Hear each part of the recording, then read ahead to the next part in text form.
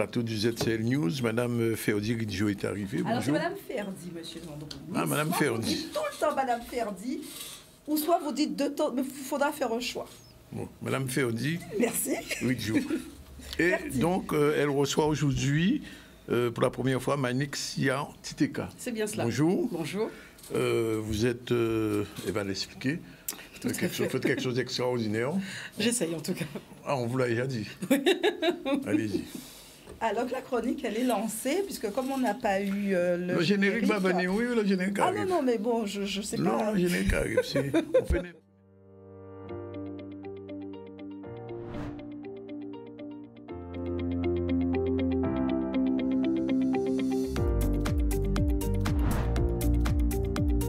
La chronique Culture et Cinéma News, c'est tous les vendredis à 13 h dans le ZCL.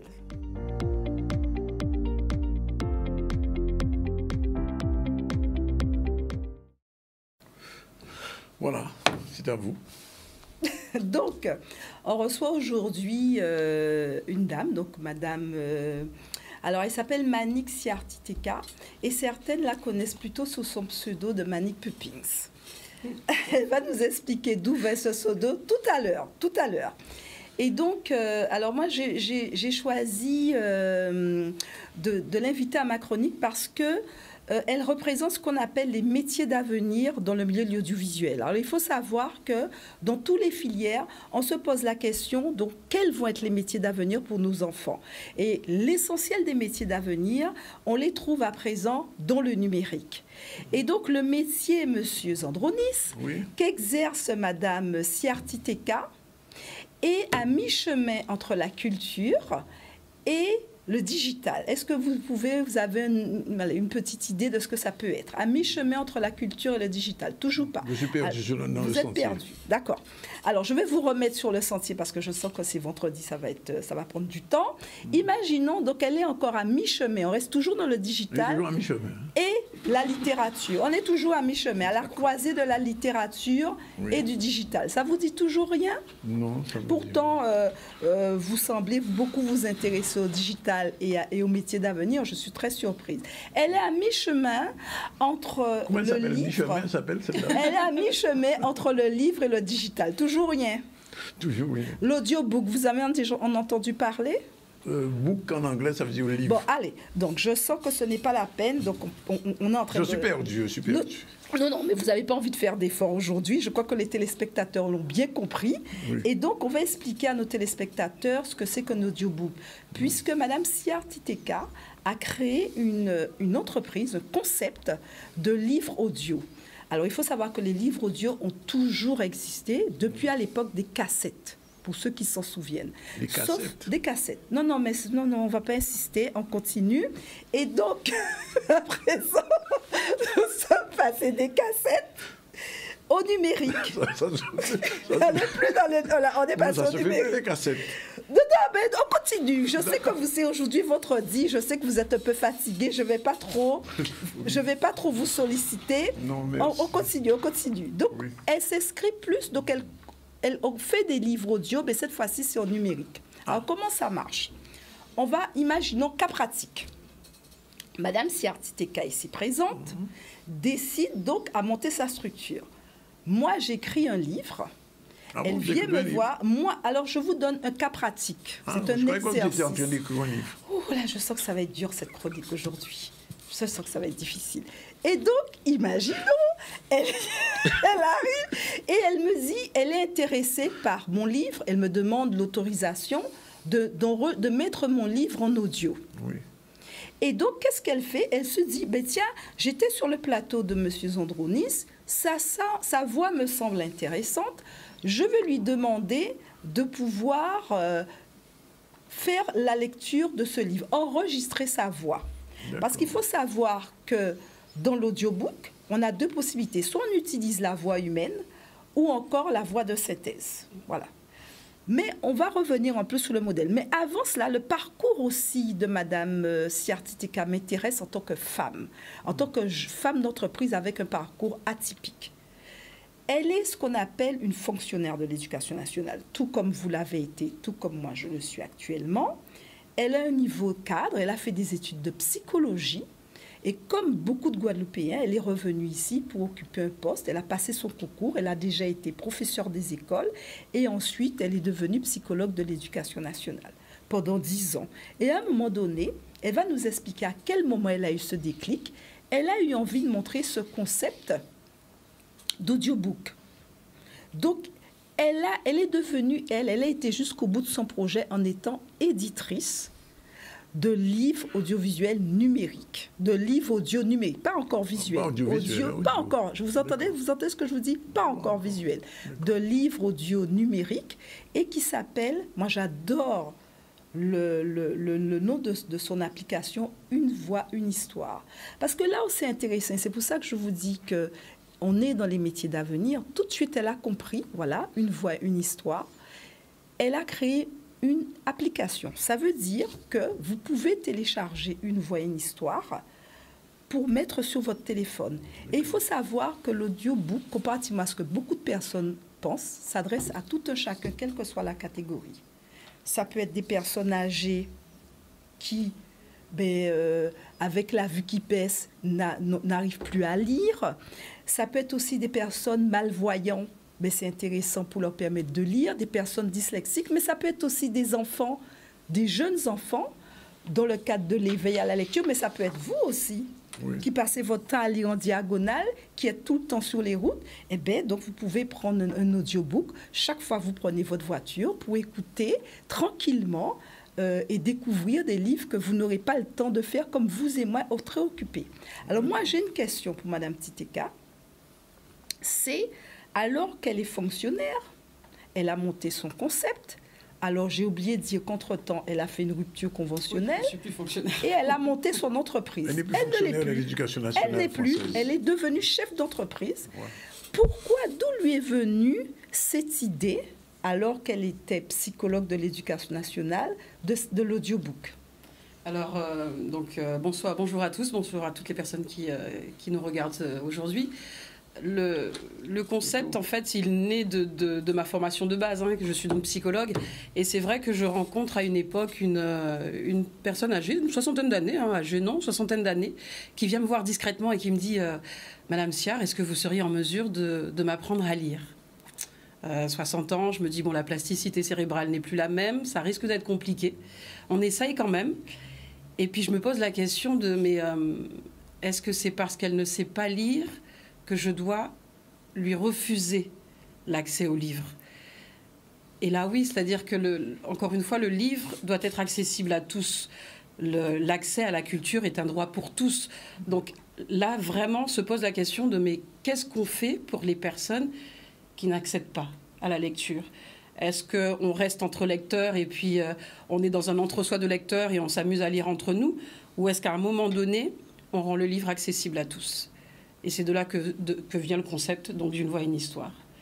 Se dire que, qu'est-ce qu'on fait pour ceux qui ont moins? Alors, moi, ce qui m'intéresse, alors il faut savoir, Madame Titeka, que le monsieur ici présent, monsieur Sandronis, est très sceptique.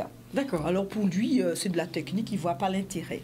Alors, moi, je peux vous poser la question, quel peut être l'intérêt? Alors, il faut savoir que quand l'audiobook est arrivé, il y a de cela un certain nombre d'années, il y a une levée de bouclier de la part du monde de l'édition et de la littérature, en disant c'est de la technique, ils vont nous concurrencer, les gens n'auront plus envie de lire. Et on voit, en fin de compte, c'est l'inverse, parce qu'ils vont jusqu'à vous solliciter.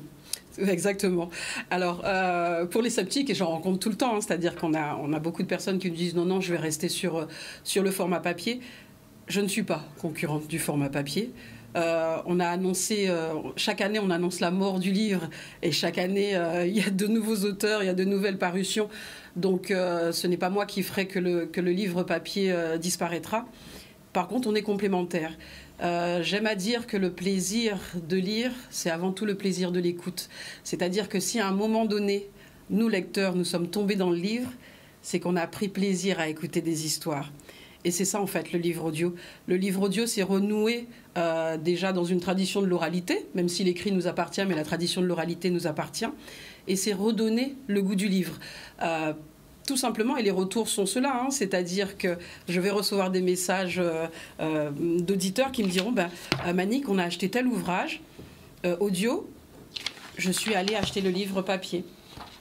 En plus, c'est une collaboration directe avec les maisons d'édition. Aujourd'hui, c'est pratiquement toutes les maisons d'édition de Guadeloupe qui travaillent avec nous. On travaille également avec Hachette. Hachette, les 3 plus grandes maisons d'édition du monde, dont Hachette fait partie. Hachette travaille avec nous. Écriture, l'Harmattan. Voilà, c'est pas rien. Ça montre bien que c'est un format qui trouve son public. Parce qu'il y a un public aussi, audio, et un public papier qui n'est parfois pas du tout le même. Mais il trouve son intérêt parce que l'entrée dans la lecture donc, se fait par l'audio. Aujourd'hui, on a de moins en moins de temps. On est, comme tu le disais tout à l'heure, je me permets de tutoyer. Bien sûr. Quand on est en voiture, on est plus souvent en voiture et dans les embouteillages. Ça permet, au-delà d'écouter la radio, de se dire qu'on va pouvoir écouter un livre, prendre le temps d'écouter un livre. Et on est dedans, c'est-à-dire qu'on n'est pas en décalage par rapport à celui qui serait tout le temps dans le livre papier. Et c'est ça, en fait, le bénéfice, en tout cas, du livre audio, et surtout chez les enfants. C'est aussi, parce que je suis psychologue, c'est pas pour rien que je le fais, c'est aussi permettre à l'enfant de rester concentré sur un temps d'écoute. On a de plus en plus des enfants qui décrochent à l'école parce qu'ils n'écoutent pas, ils sont moins attentifs, etc. Parce que justement, ils sont beaucoup plus souvent sur les écrans, donc où il faut passer. Alors que là, l'audio permet de retenir l'attention, d'être attentif à mémoriser du vocabulaire. Donc ce sont tous ces bénéfices-là qui sont en tout cas dans le livre audio actuellement.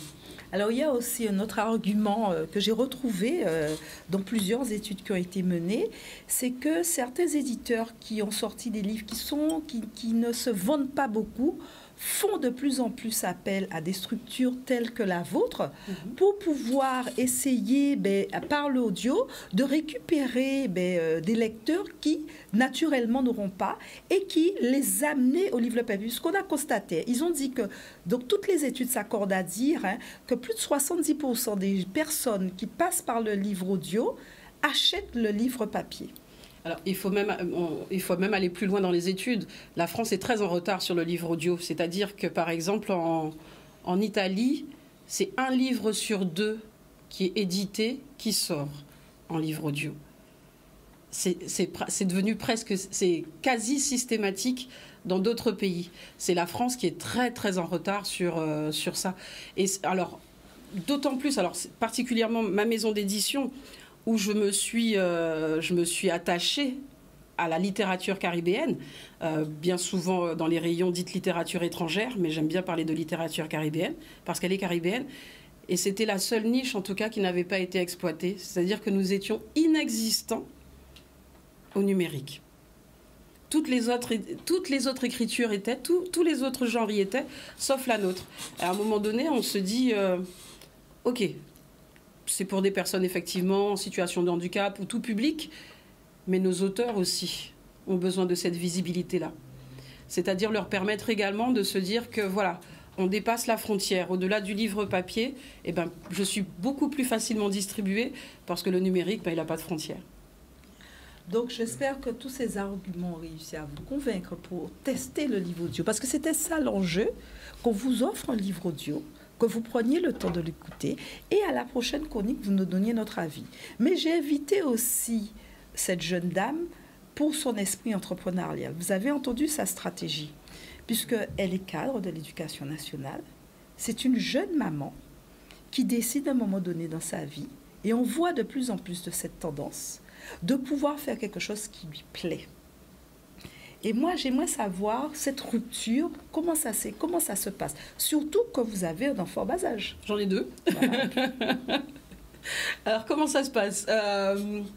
C'est-à-dire qu'à un moment donné, il y a une question de choix. C'est-à-dire que est-ce que je reste dans un système où finalement, je ne vois pas ce que je fais, ou ce que j'apporte, puisqu'on connaît tous la machine éducation nationale et aujourd'hui... comment elle peut malmener nos enfants.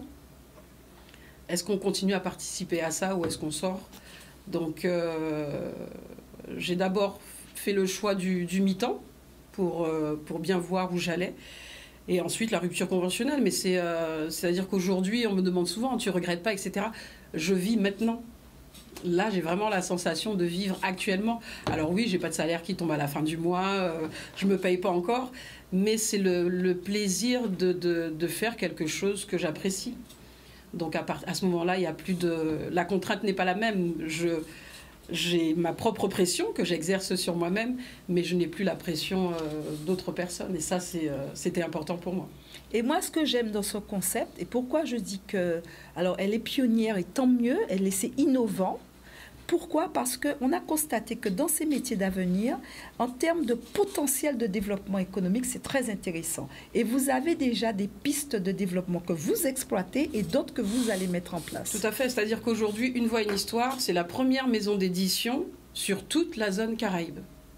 Voilà, la réalité, c'est celle-là. C'est-à-dire qu'il n'y a aucune île anglophone qui le fait, il n'y a aucune île hispanophone.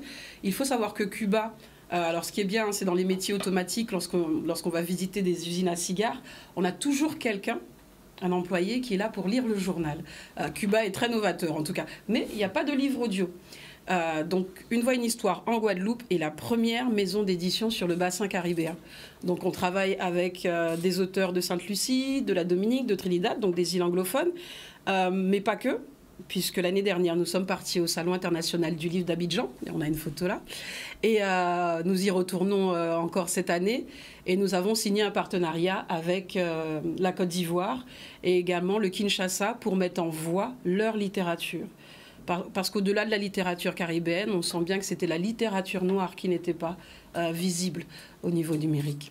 Et c'était important d'avoir... Audible. Qui n'était pas visible. Audible. Audible, je ne vais pas trop utiliser ce mot-là parce que ça existe. C'est une autre maison d'édition. Mais oui, c'était la seule en tout cas que... Alors, un dernier point, moi j'aimerais qu'elle aborde, et c'est là que je parle de potentiel développement, c'est aussi sur la partie visuelle. Tout à fait. Alors, et ce sont mes valeurs, hein, c'est-à-dire que lorsque je parle d'accès aux livres pour tout public, il y a un autre public, c'est les malentendants. Et on travaille actuellement sur un autre concept qui s'appelle Un signe, une histoire, où nous mettons les contes de chez nous en langue des signes, afin qu'ils soient accessibles à tous. Et en visuel. En visuel, oui. Là, on est obligé de passer par le format visuel. C'était un de nos grands challenges. Je ne le cache pas, hein, j'ai mon frère moi-même qui est sourd. Et c'est vrai qu'à un moment... C'est ça, en fait. C'est-à-dire qu'on se pose des questions. Le livre, il est pour qui? Est-ce que c'est réellement pour les lecteurs? Et on voit, ce ne sont pas forcément les lecteurs qui vont en librairie, qui vont acheter. Voilà, on a du mal. Donc, pour qui on le fait? Est-ce qu'on continue à être dans un entre-soi ou est-ce qu'on ouvre le livre à d'autres? Et le mettre en langue des signes, c'était vraiment le gros challenge. Et j'espère vous inviter en tout cas, et j'espère vous voir quand le premier volet sortira pour la projection de ce livre en langue des signes. D'accord, on prend note. Donc, et déjà, on accepte l'invitation. l'application de votre petit téléphone avec la petite pomme. Oui. Une voix, une histoire. Vous téléchargez, vous faites l'essai et on en reparle. Pomme ou pas pomme, hein, elle est sur les deux. Les deux. Bien, ben, merci Madame Titeka Siao. Non, c'est l'inverse. Siao Titeka. Bien, ben, on attendra la sortie de ce premier ouvrage de signes tout à fait. visuel. Voilà.